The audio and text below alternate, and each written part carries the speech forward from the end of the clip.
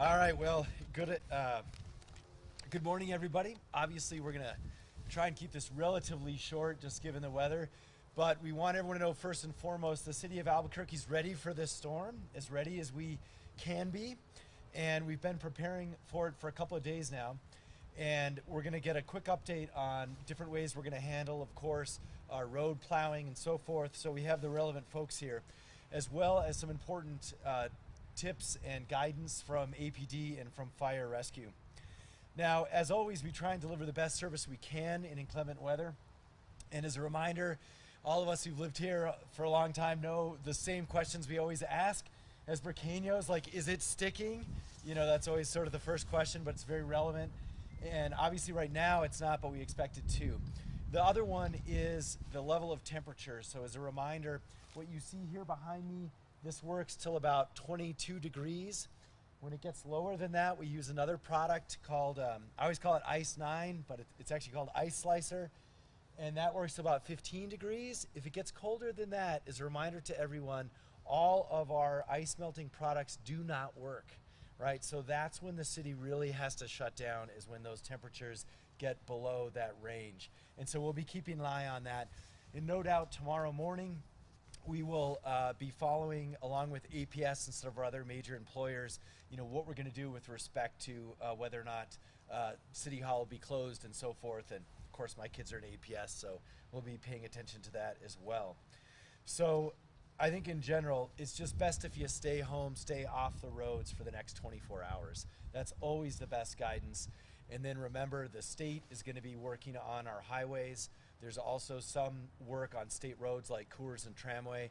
And then the city will be working on major arteries. So as a reminder, we start with the major arteries first, especially for our first responders, and then we work our way to smaller roads. So if your road is not plowed, the major artery near you might be plowed, and if we have time and we can get to it and we're making progress, then we eventually start plowing those smaller roads. So in general, the city's been pretty good at this. This is, though, our first major storm of this year. And like I think it was 2 years ago, we are expecting February to possibly have lots of heavy snow. We'll see what happens. So with that, I'm going to hand it over to the gentleman in charge of all our snow plows and everything in between, Pat Montoya, our Director of Public Works. Thank you, Mayor, and good morning, everyone. Mayor did a very good job of covering exactly what DMD is responsible for, but let me just start by saying we have 36 trucks out there. We're working two 12-hour shifts, so we have a total of 36 plus an additional 12 pickup trucks if we were to need those with spreaders and blades. Those trucks will be out there through late tomorrow evening, early Friday morning. So a 12-hour shift, 35 trucks. Next shift, 35 trucks. In addition to that, we've got our regular crews that are out there in the event that we have down branches, debris on the road as the winds pick up.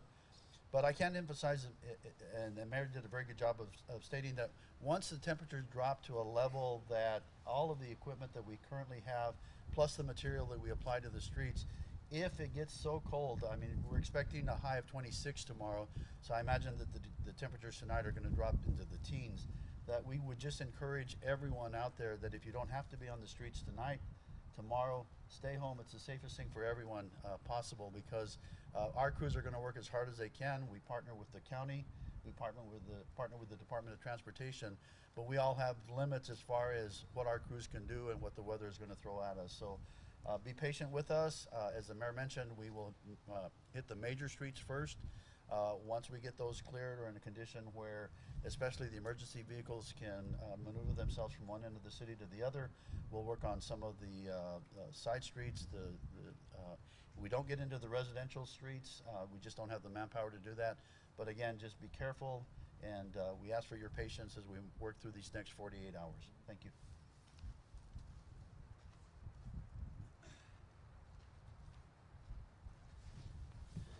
Okay, now we're going to run through some of our public safety folks. We have with us our Field Deputy Chief, Chief Brown. Good morning. Just a few things to cover public safety. During the storm, one of the things that we ask people to do is drive for the conditions that they're in. Sometimes that might be lower than the posted speed limit itself. as the roads become icy and slick. If you're involved in minor traffic accidents, realize that we're going to be having higher call volumes for service, which we're going to ask to make station reports, so we might not be dispatching officers on those. Other thing we ask that is, if you do need a non-emergency contact for law enforcement, please use the APD app, which is online, or you can call 242 cops and use the telephone report unit as well for minor reports that don't require an officer to respond to your house or your business. If anything does arise, please still call 911 for any emergencies. Officers will still be responding in any emergency situations. And just please use due care. If you don't have to be out in the street and travel, we please just ask stay home and be safe. Thank you. Thanks, Chief. And next, our Fire Chief, Chief Gallegos. Thank you, Mr. Mayor. I'm going to reiterate what everybody is reiterating: is please stay home. If you don't have to be out on the streets for the next 24 to 48 hours, please do not be out there. It's just safer for everyone. On a daily basis, Albuquerque Fire Rescue runs around 230 calls. On days like this, winter days, bumps up to about 350 calls per day. Again, there's over these cold days, there's always an increase in motor vehicle accidents, falls, and fires. Again, that's due to the ice and the snow on the roads. Again, slips and falls are a big component here. So again, please be careful and stay inside if you can. Please be careful. Due to the extreme drop in temperatures, everyone is trying to stay warm. So please, if you're using floor heaters, please keep them in a location where they can't get knocked over. Please keep stuff that is flammable away from them so that we're not starting those fires at home. Again, we do have an increase in house fires due to floor heaters, stuff like that, getting knocked over. Also, please do not use kitchen appliances such as your gas stoves to keep your house warm. Again, they put off a lot of CO that is called a silent killer. It will make you sick, and it could be deadly. So please do not do that. Also, again, as a One Albuquerque effort, please check on your elderly and high-risk neighbors. Again, we want to make sure that everybody stays safe, stays warm.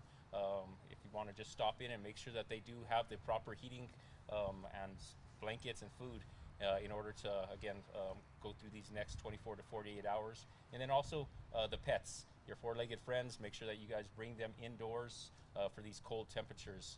Again, they don't do well in these cold temperatures, just like we don't do well. So again, please be safe, and thank you so much.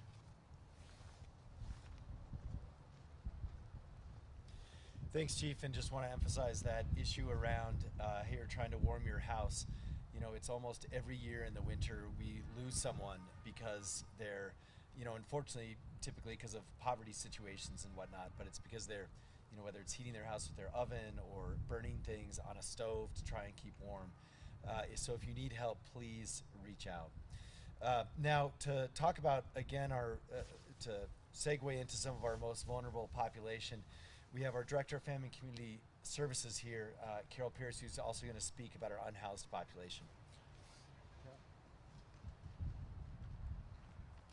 Thank you, Mayor. We have a warm place for all of our unhoused neighbors. We have room at our West Side Emergency Housing Center, and we have transportation to get out there.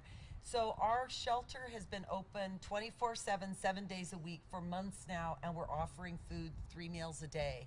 We're low barrier, and what that means is people can take their pets, and we provide the transportation to get there as well as the meals.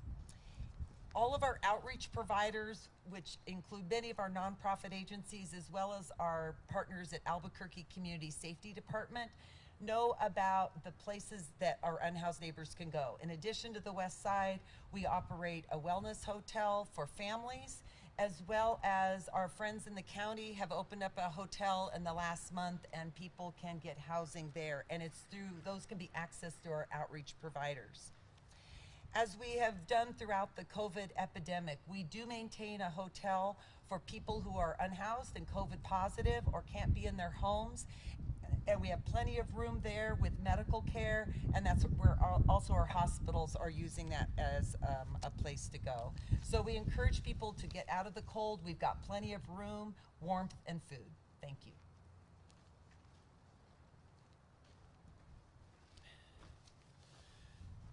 Okay, now we want to just share a few thoughts with you on transit. So stay tuned with how our bus system is going to be operating. If there's questions, we can take some of those, but the ABQ Ride app and 311 will have latest information. And of course, transit is somewhat similar to the situation with respect to temperature and whether or not the road conditions are appropriate. And, you know, we usually sort of accordion up and down. So, you know, sometimes bus service won't reach the far west side or the far east side. So again, that's such a specific thing. It's best just to check in tomorrow morning. We expect bus service for the rest of the day to run normally. Okay, now with that, I think we can certainly take questions. And so if there are some, and we'll call up the right people. Or Danielle. Yeah.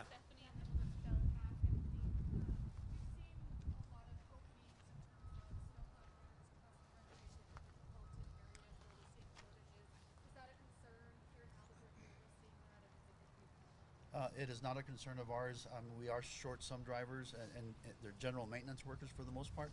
But to cover both of the shifts, the 12-hour shifts, we are fully staffed at 36 and 12, so we have enough coverage for through Friday morning. There's not going to be an issue for us.